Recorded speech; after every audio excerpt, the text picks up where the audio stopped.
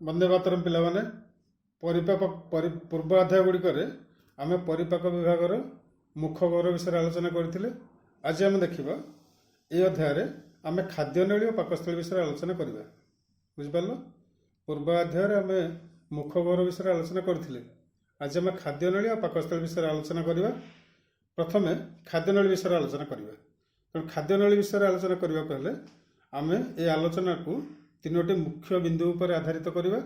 ସେ ବିନ୍ଦୁ ଗୁଡ଼ିକ ହେଲା ଖାଦ୍ୟନଳୀ ଆମେ କାହାକୁ କହୁ, ଦ୍ୱିତୀୟ ବିନ୍ଦୁ ଏହା କେଉଁଥିରେ ତିଆରି, ତୃତୀୟରେ ଏହାର କାର୍ଯ୍ୟ କ'ଣ। ଆମର ମୁଖ୍ୟ ଆଲୋଚନାର ବିଷୟବସ୍ତୁ ହେଲା ତିନୋଟି। ଖାଦ୍ୟନଳୀ ଆମେ କାହାକୁ କହୁ ମାନେ ଖାଦ୍ୟନଳୀ କହିଲେ ଆମେ କ'ଣ ବୁଝୁ, ଦ୍ୱିତୀୟ ବିନ୍ଦୁ ଏହା କେଉଁଥିରେ ତିଆରି, ତୃତୀୟ ବିନ୍ଦୁ ଏହାର କାର୍ଯ୍ୟ କ'ଣ ମାନେ ଖାଦ୍ୟ ୟା ଭିତରେ କ'ଣ ହୁଏ। ଏବେ ଆମେ ପ୍ରଥମ ବିନ୍ଦୁ ବିଷୟରେ ଆଲୋଚନା କରିବା। ଆମର ପ୍ରଥମ ବିନ୍ଦୁ ଥିଲା ଖାଦ୍ୟନଳୀ କହିଲେ ଆମେ କ'ଣ ବୁଝୁ। ଖାଦ୍ୟନଳୀ ପରିପାକ ବିଭାଗର ଏକ ଅଂଶ। ଆଗରୁ ତୁମକୁ ମୁଁ କହିଛି ଆମର ପରିପାକ ବିଭାଗ ପାଟିରୁ ମଳଦ୍ୱାର ପର୍ଯ୍ୟନ୍ତ ଗୋଟେ ଲମ୍ବା ନଳୀ।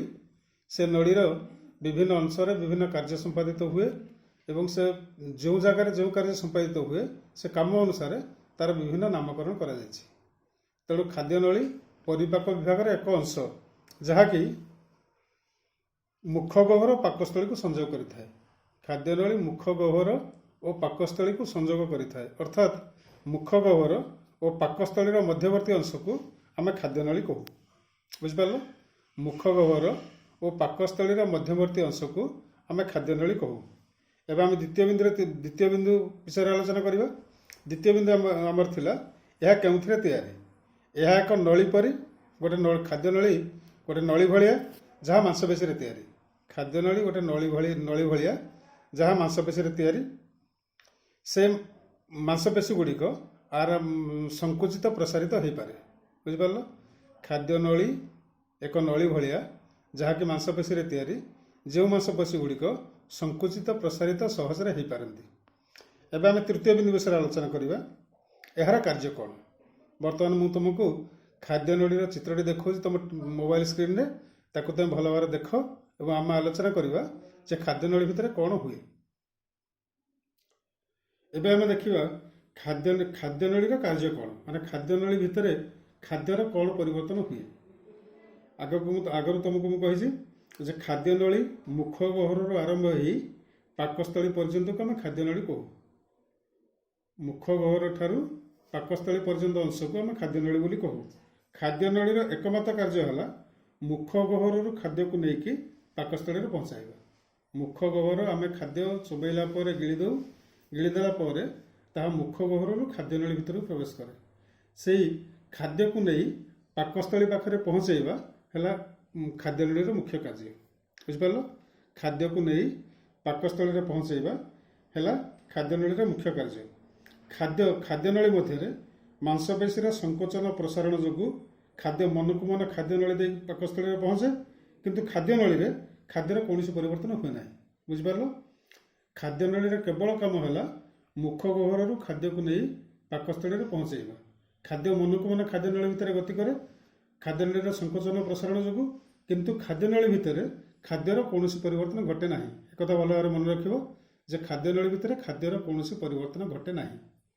ଏବେ ତୁମେ ଖାଦ୍ୟନଳୀ ବିଷୟରେ ଜାଣିଲ। ଏବେ ଆମେ ପାକସ୍ଥଳୀ ବିଷୟରେ ଆଲୋଚନା କରିବା।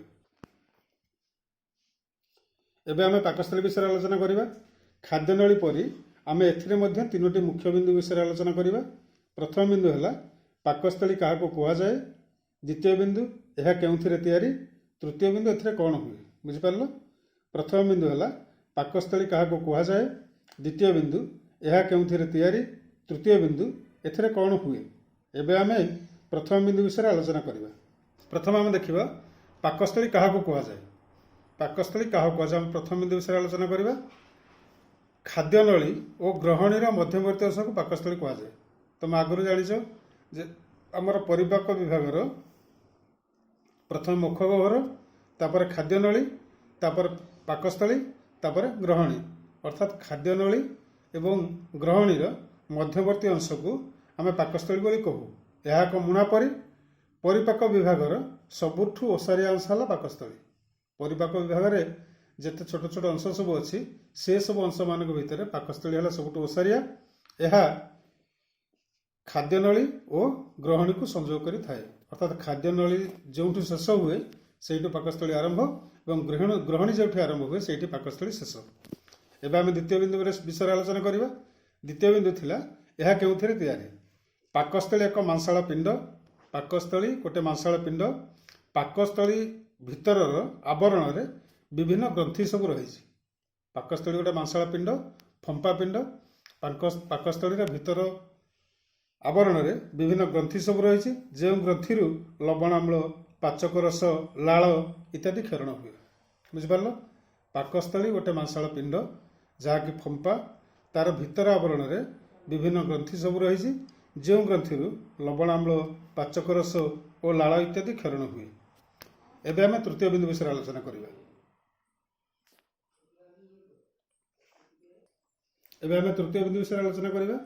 ଆମର ତୃତୀୟ ବିନ୍ଦୁ ଥିଲା ପାକସ୍ଥଳୀରେ କ'ଣ ହୁଏ। ପାକସ୍ଥଳୀରେ କ'ଣ ହୁଏ? ଏବେ ଆମେ ଆଲୋଚନା କଲେ ଯେ ପାକସ୍ଥଳୀ ଭିତରେ ଅନେକ ଗୁଡ଼ିଏ ଗ୍ରନ୍ଥି ଥାଏ, ଯେଉଁ ଗ୍ରନ୍ଥିରୁ ବିଭିନ୍ନ ପ୍ରକାର ରସ କ୍ଷରଣ ହୁଏ। ସେହି ଗ୍ରନ୍ଥିମାନଙ୍କରୁ ନିର୍ଗତ ହୁଏ ଲବଣାମ୍ଳ। ପାକସ୍ଥଳୀର ଗ୍ରନ୍ଥିରୁ ଲବଣାମ୍ଳ ନିର୍ଗତ ହୁଏ, ଯେଉଁ ଲବଣାମ୍ଳ ଖାଦ୍ୟରେ ଥିବା ବ୍ୟାକ୍ଟେରିଆ ଗୁଡ଼ିକୁ ମାରିଦିଏ। ଆମେ ଯେତେବେଳେ ଖାଦ୍ୟ ଖାଉ, ଖାଦ୍ୟରେ ବିଭିନ୍ନ ପ୍ରକାର ବ୍ୟାକ୍ଟେରିଆ ଥାଆନ୍ତି। ସେ ବ୍ୟାକ୍ଟେରିଆ ମାନେ ଖାଦ୍ୟ ସହିତ ପାକସ୍ଥଳୀକୁ ଗଲା ପରେ ପାକସ୍ଥଳୀ ଭିତରୁ ଗ୍ରନ୍ଥିରୁ ଯେଉଁ ଲବଣାମ୍ଳ ନିର୍ଗତ ହୁଏ, ସେ ଲବଣାମ୍ଳ ଖାଦ୍ୟରେ ଥିବା ବ୍ୟାକ୍ଟେରିଆ ମାନଙ୍କୁ ମାରିଦିଏ। ବୁଝିପାରିଲ? ଲବଣାମ୍ଳ ଖାଦ୍ୟରେ ଥିବା ବ୍ୟାକ୍ଟେରିଆ ମାନଙ୍କୁ ମାରିଦିଏ। ଆଉ ଗୋଟେ କାମ କରେ ଲବଣାମ୍ଳ, ପାକସ୍ଥଳୀ ଭିତରେ ଏକ ଅମ୍ଳୀୟ ପରିବେଶ ସୃଷ୍ଟି କରେ।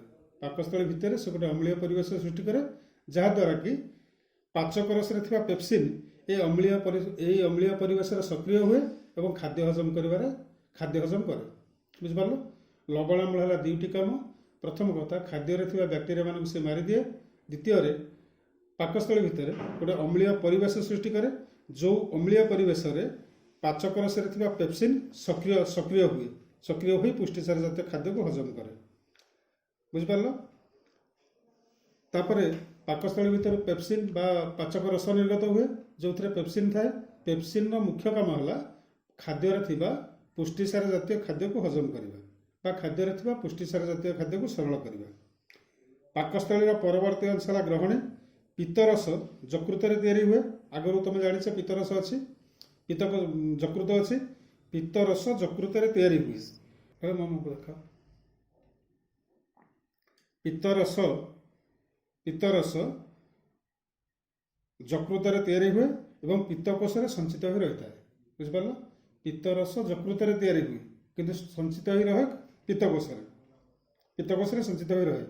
ପିତ୍ତକୋଷରୁ ପିତ୍ତରସ ଆସି ଗ୍ରହଣୀରେ ଖାଦ୍ୟ ସହିତ ମିଶେ। ପିତ୍ତକୋଷରୁ ପିତ୍ତରସ ଆସି ଗ୍ରହଣୀରେ ଖାଦ୍ୟ ସହିତ ମିଶେ। ପିତ୍ତରସ ଖାଦ୍ୟରେ ଥିବା ଚର୍ବି ବା ସ୍ନେହସାର ଜାତୀୟ ଖାଦ୍ୟକୁ ହଜମ କରିବାରେ ସାହାଯ୍ୟ କରେ। ପିତ୍ତରସ ଖାଦ୍ୟରେ ଥିବା ସ୍ନେହସାର ଜାତୀୟ ଖାଦ୍ୟକୁ ହଜମ କରିବାରେ ସାହାଯ୍ୟ କରେ। ଏଇଠି ପାକସ୍ଥଳୀର କାମ ଶେଷ ହୁଏ। ତମେ ବୁଝିପାରିଲ? ଆଜି ଆମେ ଆମର ଖାଦ୍ୟନଳୀ ଏବଂ ପାକସ୍ଥଳୀ ବିଷୟରେ ଜାଣିଲେ। ପରବର୍ତ୍ତୀ ଅଧ୍ୟାୟରେ ଆମେ ଅନ୍ୟ ଅଙ୍ଗ ଗୁଡ଼ିକ ବିଷୟରେ ଜାଣିବା। ବନ୍ଦେ ଭାରତ ମାତରମ୍।